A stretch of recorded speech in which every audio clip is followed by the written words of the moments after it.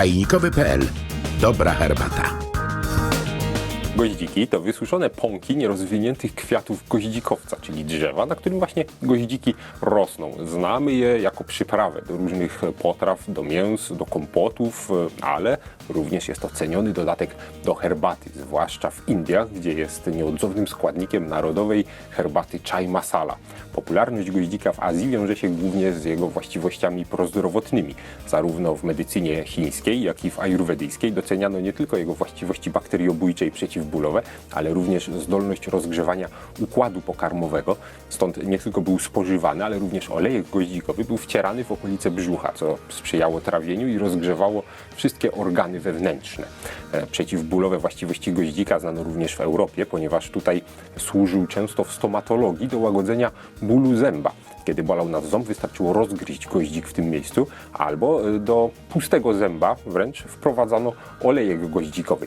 Olejek w goździkach jest najważniejszy. Potrafi zajmować nawet 20% masy goździka, kiedy goździk jest świeży i taki, powiedzmy, niewyschnięty za bardzo.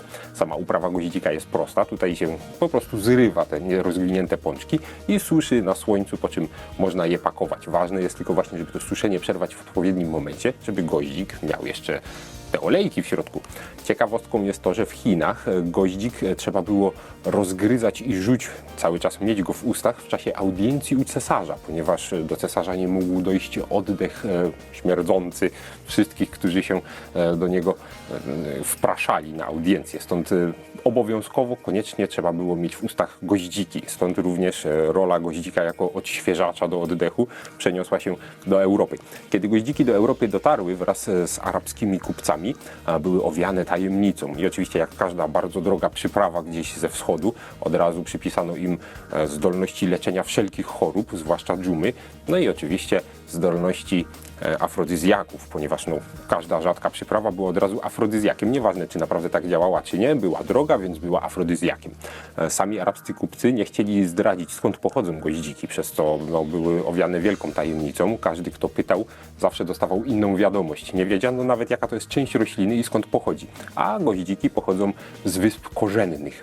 Tutaj oczywiście Europejczycy nie chcieli płacić tak drogich pieniędzy wszystkim arabskim kupcom, którzy dostarczali je do Europy, więc zaczęli szukać ich na własną rękę. Niestety Marco Polo nie dotarł na miejsce, znalazł tylko na Jawie przepełnione goździkami magazyny, ale nie stwierdził, skąd one pochodzą. Również Vasco da Gama nie dotarł do źródła.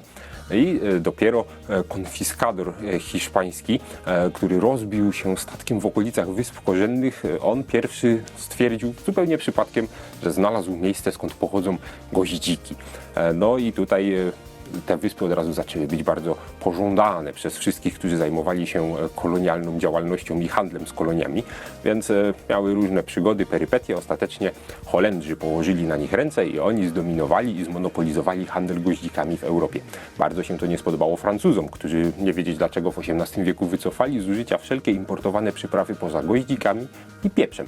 No i właśnie tych goździków spożywali bardzo dużo i koniecznie chcieli mieć własne uprawy gdzieś na swoich koloniach.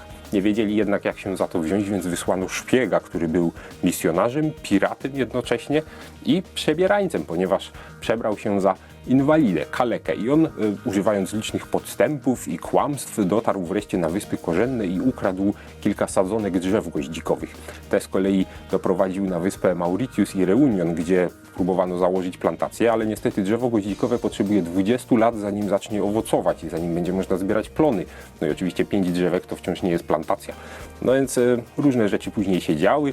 Niestety zapomniano o tych drzewkach. Większość z nich zginęła. Zostało jedno drzewko, które jest protoplastą wszystkich obecnych upraw w Zanzibarze i na Madagaskarze, które teraz są głównymi producentami goździków. Natomiast oryginalne na Wyspach Korzennych już praktycznie nie istnieją.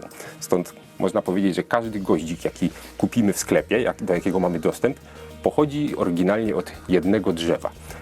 Co jeszcze warto wiedzieć na temat goździków? Ano to, że muszą być świeże, żeby miały odpowiedni aromat. Najłatwiej sprawdzić to, wrzucając kilka goździków do szklanki z wodą. Okazuje się, że goździk, który jest zbyt przesuszony, pływa po powierzchni zupełnie poziomo. Natomiast te, które mają więcej olejku, opadają na dno albo, tak jak w przypadku tutaj niektórych, ustawiają się pionowo. Dzięki temu możemy stwierdzić, czy kupiliśmy goździki w miarę świeże, czy nie. No jak widzicie, te moje to w większości nie są za fajne. 2 się ustawiły w pionie, więc no, coś tam się da. Oczywiście jest wciąż bardzo aromatyczny i pachnący, ale nie najświeższy. To tyle na temat goździków. Zachęcam do robienia własnych mieszanek herbacianych, zwłaszcza z czarną herbatą. Goździki świetnie się komponują z indyjską herbatą tradycyjną. Kosztujcie, degustujcie i do zobaczenia na czajnikowy.pl.